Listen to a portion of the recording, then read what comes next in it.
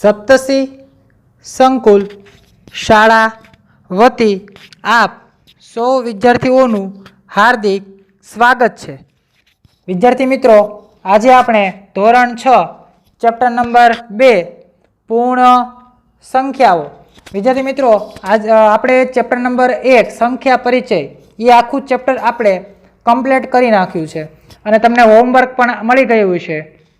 હવે વિદ્યાર્થી મિત્રો, ખાસ તમારે ધ્યાન આપવાનું છે, એ ચેપ્ટર વ્યવસ્થિતપણે રિવિઝન કરી નાખવાનું છે, જેથી જ્યારે આપણી સ્કૂલ શરૂ થાય ત્યારે વ્યવસ્થિતપણે તમને સમજાય એ રીતે તમારે વ્યવસ્થિતપણે એને રિવિઝન કરી રાખવાનું છે। તો આજે વિદ્યાર્થી મિત્રો આપણે ચેપ્ટર નંબર 2 પૂર્ણ સંખ્યાઓ વિશે માહિતી મેળવીએ। હવે પૂર્ણ સંખ્યાઓ વિશે માહિતી મેળવતા પહેલાં આપણે થોડીક ખાસ એની નોંધ લઈ લઈએ। તો નોંધમાં એવું છે કે સંખ્યા 1 હોય, 2, 3, 4 આ બધી જેટલી સંખ્યાઓ છે આ બધી કેવી સંખ્યાઓ છે? પ્રાકૃતિક સંખ્યા। કેવી સંખ્યા છે? પ્રાકૃતિક સંખ્યા છે। 1, 2, 3, 4 આ બધી આગળ તમે જે આગળ જતા જશો એ બધી કેવી સંખ્યાઓ છે? પ્રાકૃતિક સંખ્યા છે। હવે આમાં એને સંકેતમાં શું કહેવાય? સંકેતમાં n વડે દર્શાવાય। સંકેતમાં છે એ કોના વડે દર્શાવાય? n વડે દર્શાવાય છે। હવે સંકેતમાં n વડે દર્શાવાઈ ગયું। સૌથી આમાં પ્રાકૃતિકમાં તો ખાસ ધ્યાન રાખજો, પ્રાકૃતિકમાં જ સૌથી નાની સંખ્યા કઈ? સૌથી નાની સંખ્યા 1 છે। પ્રાકૃતિક સંખ્યામાં પૂછે કે સૌથી નાની સંખ્યા કઈ? તો કે 1 છે। ઓકે વિદ્યાર્થી મિત્રો, હવે આપણે 0, 1, 2, 3, 4 આવી સંખ્યા લઈ તો આ કઈ સંખ્યા છે? પૂર્ણ સંખ્યા। કઈ સંખ્યા છે? પૂર્ણ સંખ્યા। હવે એને સંકેતમાં શું કહેવાય? એને સંકેતમાં w વડે દર્શાવાય। સૌથી નાની સંખ્યા એમાં સૌથી નાની સંખ્યા 0 છે। ઓકે વિદ્યાર્થી મિત્રો, સમજ પડે છે? જો સાવ સિમ્પલ છે, પ્રાકૃતિક સંખ્યા 1 થી શરૂ થાય અને પૂર્ણ સંખ્યા કઈથી શરૂ થાય? 0 થી સંખ્યા શરૂ થાય। વિદ્યાર્થી મિત્રો, ખાસ ધ્યાન આપવાનું છે, આમાં તમારે પહેલાની સંખ્યા પછીની સંખ્યા વિશે પહેલા સ્વાધ્યાય 2.1 માં છે પછીની સંખ્યા અને પહેલાની સંખ્યા। તો માની લો કે કોઈ પણ સંખ્યા તમને એમ પૂછે પછીની સંખ્યા, તો હું એમ તમને કહું કે 2 પછી કઈ સંખ્યા આવે? તો 2 પછી કઈ સંખ્યા આવે? 3। પછી એમ કહું 599 પછી કઈ સંખ્યા આવે? તો કે તમે કહો 600। એવી રીતે પહેલાની તો એની આગળની જે સંખ્યા હોય ને એનું શું કહેવાય? પહેલાની સંખ્યા। આપણે ઉદાહરણ લઈએ અમુક 699 પછીની સંખ્યા। હવે 699 પછીની સંખ્યા કઈ હોય? 699 પછી કઈ સંખ્યા આવે વિદ્યાર્થી મિત્રો? 700। એવી જ રીતે તમને એમ પૂછો કે 698 પહેલાની સંખ્યા। હવે 698 પહેલાની સંખ્યા હોય તો 698 પહેલાની સંખ્યા કઈ આવે? 698 પહેલા કઈ સંખ્યા આવે? 697। ઓકે વિદ્યાર્થી મિત્રો, સમજ પડે છે? સાવ સિમ્પલ છે। રેડી? હવે આપણે સ્વાધ્યાય 2.1 તરફ પ્રયાણ કરીએ, જેથી તમને થોડીક માહિતી વધારે મળે। ઓકે વિદ્યાર્થી મિત્રો, સ્વાધ્યાય 2.1 હવે એમાં પહેલો પ્રશ્ન એવો કહે છે, શું છે પહેલો પ્રશ્ન? ખાસ ધ્યાન આપજો, પહેલો પ્રશ્ન શું છે? પહેલો પ્રશ્ન એવું કહે છે કે તમારે 10,999 ના પછી તરત આવતી 3 પ્રાકૃતિક સંખ્યાઓ લખો। હવે જો વિદ્યાર્થી મિત્રો, તમારે 3 પ્રાકૃતિક સંખ્યા લખવાની છે 10,999 પછી।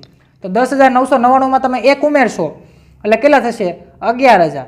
તો 11,000 પહેલી 11,000 પછી 11,000 શું આવે? 11,001 પછી કઈ આવે? 11,002। સમજ પડે છે વિદ્યાર્થી મિત્રો? આ 3 થઈ ગઈ પ્રાકૃતિક સંખ્યા। ખબર પડે છે વિદ્યાર્થી મિત્રો? સાવ સિમ્પલ છે। હવે આપણે પ્રશ્ન 2 જોઈએ। પ્રશ્ન 2 માં એવું કે 10,001 પહેલા તરત આવતી 3 પૂર્ણ સંખ્યાઓ લખો। વિદ્યાર્થી મિત્રો, સાવ સિમ્પલ છે। પહેલા કીધી હોય તો એને આગળ જવાનું, તો એટલે બાદબાકી કરવાનું। તો 10,001 માંથી 1 બાદ કરજો કેટલા વધે? 10,000।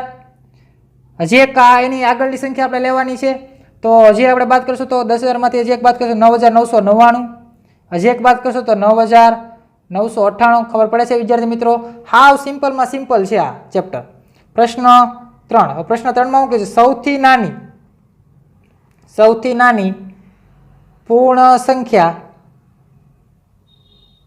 સૌથી નાની પૂર્ણ સંખ્યા, સાંભળજો વિદ્યાર્થી મિત્રો, સૌથી નાની પૂર્ણ સંખ્યા કઈ છે?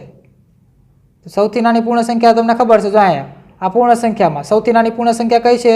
0. તો લખી દો 0. સમજ પડે છે વિદ્યાર્થી મિત્રો? સાવ સિમ્પલમાં સિમ્પલ છે. ચલો પ્રશ્ન 4. પ્રશ્ન 4માં શું છે કે સંખ્યાઓ 32 અને 53 ના વચ્ચે આવતી પૂર્ણ સંખ્યાઓ જણાવો. વિદ્યાર્થી મિત્રો 32 અને 53 ની વચ્ચે જે સંખ્યા આવતી હોય એ તમારે જણાવવાની છે. તો આપણે ખબર છે 32 પછી 33, 34, 35, 36, 37, 38, 39, 40, 41, 42, 43, 44, 46, 47, 48, 49, 50, 51 અને 52. ચલો વિદ્યાર્થી મિત્રો હવે આપણે જોઈએ આમાં 1, 2, 3, 4, 5, 6, 7, 8, 9, 10, 11, 12, 13, 14, 15, 16, 17, 18, 19 અને 20. તો ટોટલ કેટલી સંખ્યાઓ આવે છે? કુલ સંખ્યા કેટલી આવે છે? 20 આવે છે. ઓકે વિદ્યાર્થી મિત્રો, સમજ પડે છે? સાવ સિમ્પલમાં સિમ્પલ છે. ઓકે ચલો હવે આપણે એની પછી પ્રશ્ન કયો જોઈએ? પ્રશ્ન 5. તો પ્રશ્ન 5માં તમારે એવી સંખ્યા લખવાની છે જે તમને ઘણી સંખ્યાઓ આપેલી છે એની પછીની સંખ્યા આવતી હોય લખવાની. પછી આવતી સંખ્યા લખો. ઓકે વિદ્યાર્થી મિત્રો, પછી આવતી સંખ્યા લખો એટલે એમાં એ પહેલો આપ્યો છે. હાલો 24,40,701 આપ્યું છે. તો આની પછી આવતી સંખ્યા કઈ હોય આપણી પાસે? તો 24,40,701 શું કરી દેવાના? 702 પછી આવે સંખ્યા. ખબર પડે છે વિદ્યાર્થી મિત્રો? હવે બીજો 1,01,99. તો 1,01,99 પછી કઈ આવે? 1,02,000. એક ઉમેરી દેવાનું છે, બીજું કાંઈ કરવાનું નથી. સાવ સિમ્પલમાં સિમ્પલ છે. હાલો સી 10,99,999. હવે જો 10,99,999 છે એટલે એક ઉમેરશો ને એટલે સીધા કેટલા થઈ જાય? લાખ. 11 લાખ થઈ જાય. 11 લાખ. ખબર પડે છે વિદ્યાર્થી મિત્રો? એક ઉમેરવાનું છે એમાં એટલે એક પ્લસ કરી દે, આમાં એક પ્લસ કરો ઉમેરો એટલે 11 લાખ થઈ જાય. ચલો ડી 23,45,670. તો કેટલા આવશે? 23,45,670 છે 671. સમજ પડે છે વિદ્યાર્થી મિત્રો? સિમ્પલમાં સિમ્પલ છે સાવ. ખબર પડે છે વિદ્યાર્થી મિત્રો? ચલો પ્રશ્ન 5 કમ્પ્લીટ થઈ ગયો. હવે આપણે જોઈએ પ્રશ્ન 6. ચલો પ્રશ્ન 6.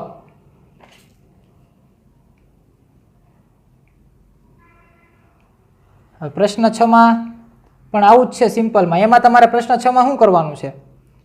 પ્રશ્ન 6માં તમારે પહેલાની સંખ્યા બતાવવાની છે. પહેલાની સંખ્યા લખો. કઈ લખવાની છે? પહેલાની સંખ્યા લખો. ચાલો પહેલાની સંખ્યા લખવાની છે. ઓકે હવે પહેલાની સંખ્યા લખવી હોય તમારે તો પહેલાની સંખ્યામાં તમને પહેલા એ આપ્યો છે. કેટલો આપ્યો છે? 94. તો 94 ની પહેલા કઈ સંખ્યા આવે? 94 પહેલા કઈ સંખ્યા હતી? 93 આવે. ખબર પડે? આમ તમારે આગળ જવાનું છે એટલે આમ ઓલી બાજુ એટલે ઓલા 0 તરફ જવાનું. ચલો બી 10,000. તો 10,000 પહેલાની સંખ્યા કઈ હોય? 9,999. સમજ ન પડે શું કરવાનું? એક બાદ કરી દેવાનું. ખબર પડે છે વિદ્યાર્થી મિત્રો? ચલો સી 2,08,090. તો 2,08,090 હોય તો 2,08,089. 90 ની આગળની સંખ્યા કઈ હોય? 89. ખાલી એટલો જ ફેરફાર કરવાનો, બીજો કોઈ ફેરફાર કરવાનો નથી. ચાલો ડી 76,54,321 છે. તો અહીંયા આપણે શું કરશું? 76,54,320. સમજ પડે છે વિદ્યાર્થી મિત્રો? સાવ સિમ્પલમાં સિમ્પલ છે. હવે આપણે પ્રશ્ન 7. પ્રશ્ન 7માં કઈ સંખ્યા મોટી ને કઈ સંખ્યા નાની એ તમારે મેળવવાનું છે. તમારે લેસ ધેન અને ગ્રેટર ધેન ચિહ્ન કરવાના છે. ગ્રેટર ધેન લેસ ધેન નો ઉપયોગ કરવાનો છે. ઓકે વિદ્યાર્થી મિત્રો, બે તમને આપ્યા છે. હવે જો પહેલામાં 530 અને 503 આ બેમાંથી કઈ સંખ્યા મોટી 530 મોટા કે 503 મોટા? તો આપણને વિદ્યાર્થી મિત્રો ખબર છે કે 530 મોટા છે. તો એની બાજુ આપણે પાકડાવાળું જે બાજુ જે સંખ્યા મોટી હોય એ બાજુ શું આવે? પાકડાવાળું આવે. તમને બધાને ખબર જ છે, આપણે 5મા ધોરણમાં શીખી ગયા છીએ. 370 અને 307 તો કઈ સંખ્યા મોટી? 370. તો 370ની બાજુ કેવું આવશે? પાકડાવાળું. પાકડાવાળું એટલે કે કેવું આવશે? Greater than. કેવું? Greater than. ચાલો સી. હવે સીમાં શું કહે છે? સીમાં પણ આવી જ રીતે છે. શું છે? 98,765 અને 56,789. તો 56,000 મોટા છે કે 98,000? તો 98,000 મોટા છે. તો આપણે શું લખશું? 98,765 એ મોટા છે, તો 56,789. સમજ પડે છે વિદ્યાર્થી મિત્રો? હવે એની પછીનો આપણે ડી જોઈએ. ડી છે 98 લાખ છે. 98,30,415 અને 1,01,00,000 00 પછી 00 લાખ છે. 23,000 છે અને 001. તો આમાં કોણ મોટું છે? તો આપણને ખબર પડે કે આ 1 કરોડ છે અને 98 લાખ છે. તો આ 1 કરોડ જ મોટા હોય તો કોની બાજુ જશે? ઓલી બાજુ જશે. 98,30,415 લેસ ધેન 1,23,000 અને 1. સમજ પડે છે વિદ્યાર્થી મિત્રો? હાવ સિમ્પલમાં સિમ્પલ વસ્તુ છે, તમને લગભગ સમજાઈ ગઈ હશે વિદ્યાર્થી મિત્રો.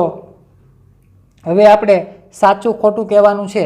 હવે સાચું ખોટું કહેવા માટે એ વસ્તુ આપણે આના પછીના લેક્ચરમાં રાખીશું. હવે અહીંયા વિદ્યાર્થી મિત્રો અહીંયા સુધી આપણે રાખીએ. ખબર પડે છે વિદ્યાર્થી મિત્રો? હાવ સિમ્પલમાં સિમ્પલ છે એવું લાગે તો એ આપણે પ્રશ્ન 8 પછીના લેક્ચરમાં જોઈશું.